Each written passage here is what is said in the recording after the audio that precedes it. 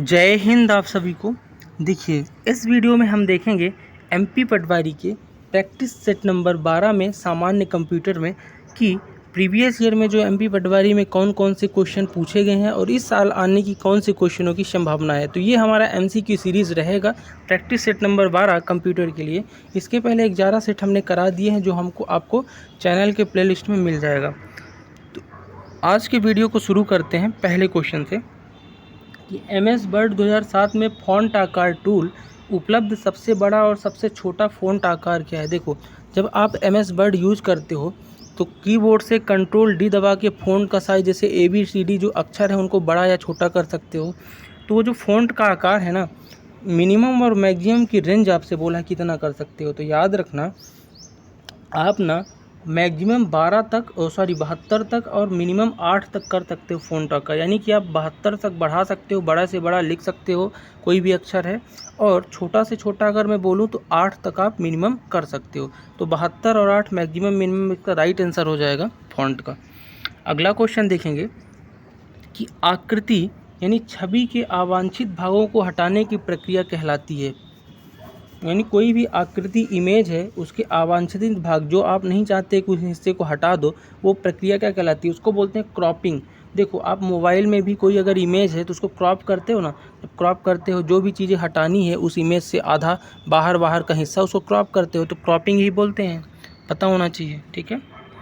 अगला है कि एमएस वर्ड में पोर्ट्रेट और लैंडस्केप है। तो देखो, एमएस वर्ड में या कहीं भी पोर्ट्रेट और लैंडस्केप एक प्रकार का क्या है, तो एक प्रकार का आपका पृष्ठ अभिविन्यास है। क्या है? पृष्ठ अभिविन्यास। देखो, कोई चीज़ अगर सीधी सीधी रखी है तो उसको क्या बोलते हैं, पोर्ट्रेट बोलते हैं। कुछ इस तरह से, मतलब इस तरह का अगर डिब्बा बना है या फिर आपके मोबाइल पे ही जब करते हो ना पोर्ट्रेट, तो ये पोर्ट्रेट है। लेकिन लैंडस्केप में बेड़ा कर दोगे, आड़ा कर दोगे उस तरह से, तो ये लैंडस्केप है। और ये वाला पहला पोर्ट्रेट है और ये लैंडस्केप है। तो इसको क्या बोलते हैं, पृष्ठ अभिन्यास, ठीक है। अगला देखेंगे कि डॉट डॉट विशेष रूप से डिज़ाइन किए गए कंप्यूटर हैं जो जटिल गणनाओं को बहुत तेज़ी से कर सकते हैं। तो आप सबको पता होना चाहिए कि सुपर कंप्यूटर जो है ना, एक विशेष रूप से डिज़ाइन किए गए कंप्यूटर होते हैं जो जटिल से जटिल गणनाओं को सेकंडों में कर सकते हैं, सेकंड के 10वें हिस्से में भी कर सकते हैं। तो इसका राइट आंसर हो जाएगा सुपर कंप्यूटर। 5वां क्वेश्चन देखेंगे तो निम्नलिखित में से कौन एक MS एक्सेल 2007 का चार्ट नहीं है। तो MS एक्सेल 2007 का चार्ट इसमें से नहीं है। 4 ऑप्शन है, बताओ। तो MS जो आपका एक्सेल है 2007 में बुकमार्क कोई चार्ट नहीं होता है। बुकमार्क होता क्या है समझ लो। अगर मान लो आप कोई भी इंटरनेट एक्सप्लोरर खोलो, यानी इंटरनेट एक्सप्लोरर हो गया या फिर मोजिला फायरफॉक्स, यानी कोई भी वेब ब्राउज़र है, तो उसमें पहले से कोई पेज अगर आप सेव करके रखते हो तो उसको बुकमार्क बोलते हैं, ठीक है। तो बुकमार्क कोई चार्ट नहीं है, ठीक है। 6वां क्वेश्चन देखेंगे कि जंक ईमेल के किस रूप में जाना जाता है। कोई भी जंक ईमेल है तो उसको किस रूप में जानते हैं, तो उसको हम स्पैम बोलते हैं, यानी स्पैम मेल। और वो स्पैम फोल्डर में रहता है अपने ईमेल के अंदर। या जीमेल खोलोगे तो उसमें स्पैम के अंदर रहता है क्या, जंक मेल, ठीक है। अवांछनीय, जिसको आप चाहते नहीं हो लेकिन आ जाता है, ठीक है। अगला देखेंगे कि कंप्यूटर में कौन सी इकाई कंप्यूटर के पुर्जों के प्रबंधन के लिए जिम्मेदार है। यानी पुर्जों यानी उनके इक्विपमेंट जो है छोटे छोटे, उनके प्रबंधन के लिए कौन सी इकाई जिम्मेदार है। तो याद रखना कि कंट्रोल इकाई जो होती है आपकी, कौन सी इकाई, कंट्रोल इकाई। तो कंट्रोल इकाई, यहाँ पे इकाई भी होना चाहिए, इनके पुर्जों के प्रबंधन के लिए उपयोगी है, ठीक है। तो कंट्रोल इकाई राइट आंसर हो जाएगा। 8वां क्वेश्चन देखेंगे कि MS एक्सेल में सेल B1 में शुरू होने वाले और कॉलम G और नीचे पंक्ति 10 तक जाने वाले सेल की एक श्रृंखला के लिए सेल संदर्भ बनाओ। पहले आप सेल समझ लो। देखो, MS एक्सेल में रो होता है, कॉलम, ये हो गया आपका कॉलम और ये हो गया रो। इन कॉलम और रो के बीच में जो संबंध से एक डिब्बा बनता है ना, उसको अपन बोलते हैं सेल। वर्कशीट में क्या बोलते हैं, सेल। और उसी सेल का आपसे लोकेशन पूछा है। अगर सेल B1 है, कौन सी है, B1। ऐसे सेल होती है आपकी ABCD करते करते जाती है, फिर उसके बाद जेड के बाद ZA ZB ऐसे होने लगती है, ठीक है। जेड के बाद आपकी AAAB इस तरह से बढ़ने लगती है। तो पूछा है कि B1 जो है ना, शुरू होने वाले और G कॉलम के नीचे तक पंक्ति 10 तक जाने वाले एक श्रृंखला बताना है। तो इसमें से इसका क्या हो जाएगा, B1 तो आपका रहेगा क्योंकि B1 तक जा रहा है, और G10 अगर G तक जा रहा है, यानी देखो सीधी सी बात है कि B1 जा रहा है तो B1 तो आपका रहेगा, और साथ में क्या आ जाएगा, G है, और G कहाँ तक जा रहा है, 10 तक, G1 G2 G3 करते करते G10 तक जाएगा। तो इसका राइट आंसर क्या हो जाएगा, B1 G10, ऑप्शन नंबर 4। ठीक है, आई होप आप समझ पा रहे होगे चीज़ों को। अगला क्वेश्चन देखेंगे कि लाइन स्पेसिंग MS वर्ड 2007 के डॉट डॉट में है। तो लाइन स्पेसिंग है क्या कि दो लाइनें हैं, उनके बीच आप अंतर रख दो। जैसे पहले लाइन स्पेसिंग मान लो इतना इतना है लाइन, अब आप बढ़ा के थोड़ा थोड़ा दूर दूर कर दिए, ये आपकी स्पेसिंग हो गई, ये पास पास कर दिए। तो MS वर्ड 2007 में कहाँ है लाइन स्पेसिंग, ये पूछा है।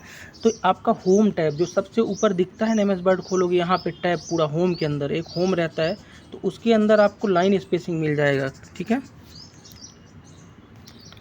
10वां क्वेश्चन देखेंगे कि सक्रिय विंडो को छोटा करने के लिए निम्न में से किस कुंजी का उपयोग करोगे। यानी कीबोर्ड से अगर कोई विंडो आपका खुला है उसको आप छोटा करो या मिनिमाइज़ करना चाहते हो तो कौन से की का यूज़ करोगे। तो याद रखना आप यहाँ पे विंडोज़ लोगो की और डाउन एरो की को दबाओगे। देखो पहले तो आप दबा लो विंडो वाली ये जो की होती है छोटी सी, और उसके साथ आप डाउन एरो, इस तरह से नीचे का चिन्ह बना रहता है डाउन एरो, इन दोनों को दबा दो तो कोई विंडो है छोटी हो जाएगी। ठीक है, अगला है कि चयनित टेक्स्ट को हटाने के लिए निम्नलिखित में से किस कुंजी का उपयोग करते हैं। अगर कोई टेक्स्ट आप सेलेक्ट कर लिए हो और सेलेक्ट करके उसको हटाना है तो सीधी सी बात है, आप डिलीट बटन दबा दो तो हट जाएगा। ठीक है, डिलीट से हट जाएगा। 12वां क्वेश्चन है कि एक शैक्षणिक संस्थान के डोमेन नाम में आमतौर पर निम्नलिखित क्या होता है। देखो कोई भी शिक्षा यानी एजुकेशन से संबंधित है, एडुकेशन, तो एडुकेशन में क्या आता है, EDU, तो EDU क्या हो जाएगा, इसका राइट आंसर हो जाएगा। यानी .edu होता है, कोई भी अगर शैक्षणिक यानी एजुकेशन वेबसाइट है तो उसमें .edu होगा एजुकेशन का। ठीक, .com होता है कमर्शियल का, .इंस्टीट्यूट का INST होता है, ऑर्गेनाइजेशन का ORG होता है। तो आपको याद रखना है सब डोमेन। अगला क्वेश्चन है कि SMS का विस्तार यानी SMS का पूर्ण रूप बताना है। तो SMS का फुल फॉर्म क्या होता है, वो होता है शॉर्ट मैसेज सर्विस, यानी ऑप्शन नंबर 1 इसका राइट आंसर हो जाएगा। 14वां क्वेश्चन देखेंगे कि एक डंब टर्मिनल में क्या है, यानी डंब टर्मिनल में होता क्या है। तो याद रखना डंब टर्मिनल में एक कीबोर्ड और एक स्क्रीन होती है, केवल कीबोर्ड और स्क्रीन की मदद को डंब टर्मिनल कहते हैं, और कोई सुनाई देने वाला स्पीकर वगैरह कुछ ना हो। ठीक है, अगला है कि कंप्यूटर डेटा को स्टोर करने और गणना करने के लिए किस संख्या प्रणाली का यूज़ करते हैं। देखो कंप्यूटर केवल 2 ही लैंग्वेज समझता है, वो है 0 और 1 की, जिसको आप बोलते हो बाइनरी लैंग्वेज। क्या बोलते हो, बाइनरी। तो कुछ भी कंप्यूटर में काम करोगे तो बाइनरी लैंग्वेज में ही करेगा। ठीक है, 16वां क्वेश्चन है कि डॉट डॉट कंप्यूटर हार्डवेयर पर चलता है और अन्य सॉफ्टवेयर के लिए एक प्लेटफॉर्म के रूप में काम भी करता है। तो कौन सा कंप्यूटर हार्डवेयर पर चल के अन्य सॉफ्टवेयर के लिए प्लेटफॉर्म बनाता है।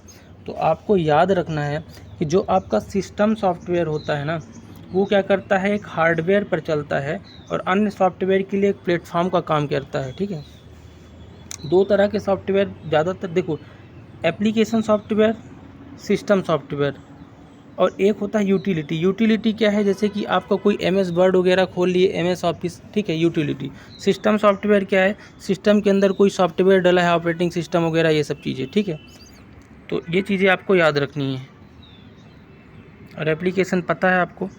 अगला देखेंगे कि एक अस्थायी मेमोरी है, यानी कि टेम्परेरी मेमोरी इनमें से कौन सी है। तो याद रखना है कि आपकी इसमें रैम यानी रैंडम एक्सेस मेमोरी जो है, ये आपकी एक टेम्परेरी मेमोरी होती है। ठीक है, टेम्परेरी मतलब डाटा को स्टोर करके ज़्यादा देर तक ना रखे, जैसे ही आप मोबाइल या कंप्यूटर ऑफ करो तो ये मेमोरी अपना डेटा छोड़ दे। ठीक है, यानी भूल जाए, वो है टेम्परेरी। तो रैम क्या हो जाएगी, टेम्परेरी मेमोरी। स्थायी मेमोरी की मैं बात करूं तो आपको हार्ड डिस्क पता है क्या है, स्थायी मेमोरी है, उसका डेटा हमेशा रहता है। ठीक है, 18वां क्वेश्चन देखेंगे, MS एक्सेल 2007 में होम टैब के सेल समूहों में डॉट डॉट विकल्प उपलब्ध नहीं है। तो इनमें से चारों में से कौन सा विकल्प नहीं है। तो याद रखना MS एक्सेल 2007 में सॉर्ट नामक कोई भी विकल्प नहीं है होम टैब में, जबकि इंसर्ट है, फॉर्मेट है, डिलीट है, लेकिन सॉर्ट नामक कोई टैब नहीं है। 19वां क्वेश्चन देखेंगे, डॉट डॉट कंप्यूटर संसाधन को नुकसान नहीं पहुंचाता। तो इनमें से कंप्यूटर को नुकसान कौन नहीं पहुंचाएगा। तो देखो वार्म, वायरस और ट्रोजन हॉर्स, ये तीनों कंप्यूटर को नुकसान पहुंचाते हैं, बट फायरवॉल कंप्यूटर की सुरक्षा करता है अवांछनीय चीज़ों से, जब आप इंटरनेट सर्फिंग वगैरह करते हो तो फायरवॉल नुकसान नहीं, सुरक्षा करेगा, तो फायरवॉल राइट हो जाएगा। आज का लास्ट क्वेश्चन देखेंगे कि एमएस वर्ड में चयनित टेक्स्ट को दाएं संरेखित करने के लिए उपयोग की जाने वाली शॉर्टकट कुंजी। दाएं मतलब राइट, फ्रॉम राइट। कोई भी यहाँ पे चीज़ लिखी है उसको राइट खिसकाना चाहते हो तो क्या करोगे, तो राइट खिसकाने के लिए आर फॉर होता है राइट, तो कंट्रोल प्लस आर दबाओगे, आर मतलब राइट। लेफ्ट जाना है तो कंट्रोल प्लस ए, ठीक है। अंडरलाइन मतलब कंट्रोल प्लस यू, अगर नीचे लाइन लाना है तो ये सब चीज़ें आपको याद रखनी है। तो ये था आज का हमारा एमपी पटवारी सेगमेंट प्रैक्टिस सेट नंबर 12। आपको ये सेगमेंट कैसा लगा कमेंट करके ज़रूर बताना। मिलते हैं नेक्स्ट वीडियो में, तब तक के लिए आप सभी को जय हिंद।